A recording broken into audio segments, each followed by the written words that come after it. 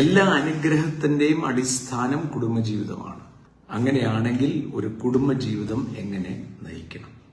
അങ്ങനെ കുടുംബജീവിതം എങ്ങനെ നയിക്കണം എന്ന് ഈ പുസ്തകത്തിലെ ഇൻസ്ട്രക്ഷൻ ബുക്ക് പറഞ്ഞിട്ടുണ്ട്. അത് പ്രകാരം നടന്നാൽ നിങ്ങളുടെ കുടുംബം അനുഗ്രഹിക്കപ്പെടും. കുടുംബം അനുഗ്രഹിക്കപ്പെടുമ്പോൾ ഭാര്യ ഭർത്താവും അനുഗ്രഹിക്കപ്പെട്ടാൽ മക്കൾ അനുഗ്രഹിക്കപ്പെടും, സമൂഹം അനുഗ്രഹിക്കപ്പെടും. കുടുംബം, തലമുറ, ദേശം, രാജ്യം, ഇതിന്റെ എല്ലാം ഫൗണ്ടേഷനാണ് കുടുംബജീവിതം. 1 പത്രോസ് 1 Peter chapter 3 verse 7.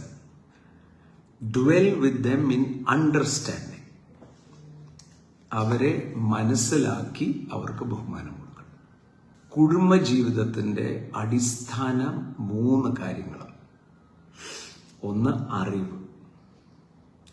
സദൃശവാക്യങ്ങൾ. ഇത് എന്തിനാ പറയുന്നത്? അനുഗ്രഹം അനുഭവിക്കാൻ വിളിക്കപ്പെട്ടവർ ആയതുകൊണ്ട്. ഭാര്യ ഭർത്താവിനോട് മാത്രമല്ല, എല്ലാവരോടും സമാധാനത്തോടെ ആയിരിക്കും. അപ്പം ജീവിതത്തിന്റെ ഉയർച്ചയുടെയും അനുഗ്രഹത്തിന്റെയും എല്ലാം അടിസ്ഥാനം എന്തായിരിക്കും? അടിസ്ഥാനം 3 വാക്കുകളാണ്. 1, അറിയണം. 2, പരിജ്ഞാനം. 3, വിവേകം. ഇത് 3 ഉണ്ടെങ്കിൽ നിങ്ങൾ വ്യക്തിപരമായി ജീവിതത്തിൽ അനുഗ്രഹിക്കപ്പെടും. അപ്പൊ അതിന്റെ അടിസ്ഥാനം കുടുംബജീവിതമാണ്. അപ്പം കുടുംബജീവിതത്തിൽ കുടുംബത്തോട് എങ്ങനെ ഇടപെടുവോ അതുപോലെ തന്നെ മറ്റുള്ളവരോട് ഇടപെടുന്നു, മക്കളോട് ഇടപെടുന്നു. അപ്പോൾ അവരുടെ കാര്യങ്ങൾ മനസ്സിലാക്കണം. സദൃശവാക്യം 24 അധ്യായം 3, 4. ജ്ഞാനം കൊണ്ട് ഭവനം പണിയുന്നു. Through wisdom. Proverbs 24 verse 3 and 4. Through wisdom a house is built, and by understanding it is established. By knowledge the rooms are filled with all pleasant riches. Okay, വായിച്ചേ. ജ്ഞാനം കൊണ്ട് ഭവനം, വിസ്ഡം കൊണ്ട് ഭവനം പണിയുന്നു. വിവേകം കൊണ്ട് അത് സ്ഥിരമായി വരുന്നു. പരിജ്ഞാനം കൊണ്ട് അതിന്റെ മുറികളിൽ വിലയേറിയതും മനോഹരവും എന്ന് പറഞ്ഞാൽ ആ കുടുംബം സമ്പത്ത്. ഇതിന്റെ 3-നകത്തും സ്നേഹം എഴുതിയിട്ടില്ല. അതുകൊണ്ട് തന്നെ സ്നേഹം വന്നാൽ അന്ധമാ എന്ന് പറഞ്ഞാൽ ഇതൊന്നും മനസ്സിലാക്കാതെ ആരെങ്കിലും കയ്യോ കാലോ കാണിച്ച് ഐ ലവ് യു പറഞ്ഞ ചാടിപ്പോവരുതേ. ഇത് ഞാൻ യൗവനക്കാരോടാണ് പറയുന്നത്. നിങ്ങളെ ഇത്രയും കാലം വളർത്തിയ അപ്പനും അമ്മയും തെക്കാലും സ്നേഹം ലോകത്തിൽ ആരും തരത്തില്ല. അവര് മുറിവേൽപ്പിച്ച് പോകരുത്. ഇന്നലെ കണ്ടയാള് നിന്നെ കണ്ടപ്പോൾ സ്നേഹിച്ചു എന്ന് പറയുമ്പോൾ അപ്പോഴേ ചൂട്ടുപോലെ എന്നെ കുറെ പോകും. പോയി കഴിഞ്ഞാലോ 2 ദിവസം കഴിയുമ്പം തനിനിറം വെളി വരുമ്പം പിന്നെ അപ്പനെ അമ്മയെ ഓർമ്മിക്കും. പക്ഷെ ദാറ്റ് ഈസ് ടു ലേറ്റ്. അതുകൊണ്ട് തന്നെ പ്രണയം അല്ല ഒരു വിവാഹത്തിന്റെ അടിസ്ഥാനം, കുടുംബജീവിതത്തിന്റെ അടിസ്ഥാനം. പ്രണയം ഓരോ ദിവസവും വർദ്ധിച്ചു വരും, അറിയും തോറും വർദ്ധിച്ചു വരും. അതുകൊണ്ട് തന്നെ വീണ്ടും ആവർത്തിച്ച് പറയാം, അപ്പനെ അമ്മയൊന്നും നോക്കണ്ട, അവർ പിന്നെ എല്ലാം റെഡിയായിക്കോളും, നീ ചാടിയും പോരെ. ചാടരുത്, അപകടമാണ്, ഒത്തിരി അപകടങ്ങളുണ്ട്. ഇത് ഞാൻ ഇന്നത്തെ എല്ലാ യുവാക്കളോടാണ് പറയുന്നത്, യുവാക്കളും യുവതികളോടുമാണ് പറയുന്നത്.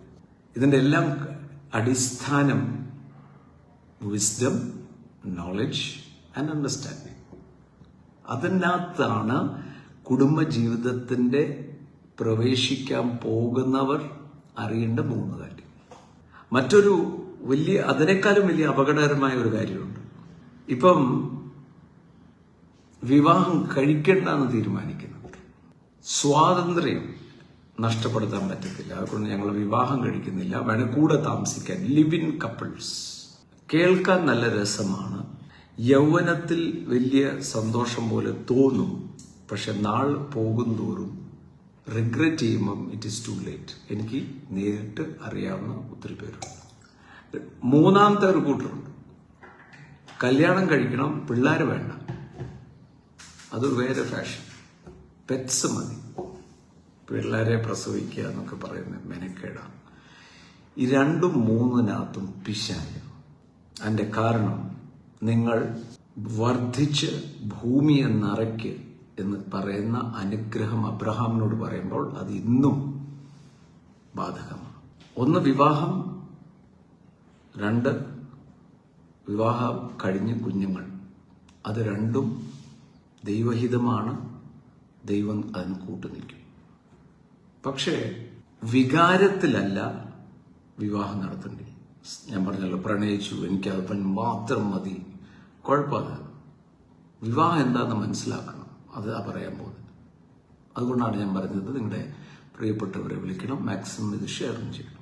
അതിന്റെ കാരണം, ഇന്നത്തെ ഏറ്റവും വലിയ അപകടം, ഒന്ന് കെട്ടുക, ഡൈവോഴ്സ് ചെയ്യുക, അത് കഴിഞ്ഞ് പിന്നെ കെട്ടുക, ഡൈവോഴ്സ് ചെയ്യുക.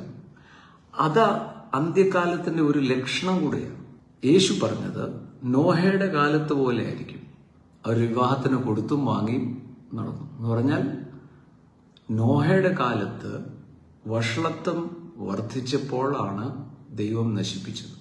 അതുപോലെ ഇന്ന് വിവാഹവും കൂട്ടുകെട്ടും അത് രണ്ടും രണ്ടാണ്. കുടുംബജീവിതത്തിന് വില കൊടുക്കാതെ തട്ടിത്തെറിപ്പിക്കുന്ന ബന്ധങ്ങൾ. അതുകൊണ്ടാണ് യേശു പറഞ്ഞ വാക്ക്, ദൈവം യോജിപ്പിച്ചതിനെ മനുഷ്യൻ വേർപെടുത്തരുത്. രണ്ട് സ്ഥലത്ത് പറഞ്ഞു.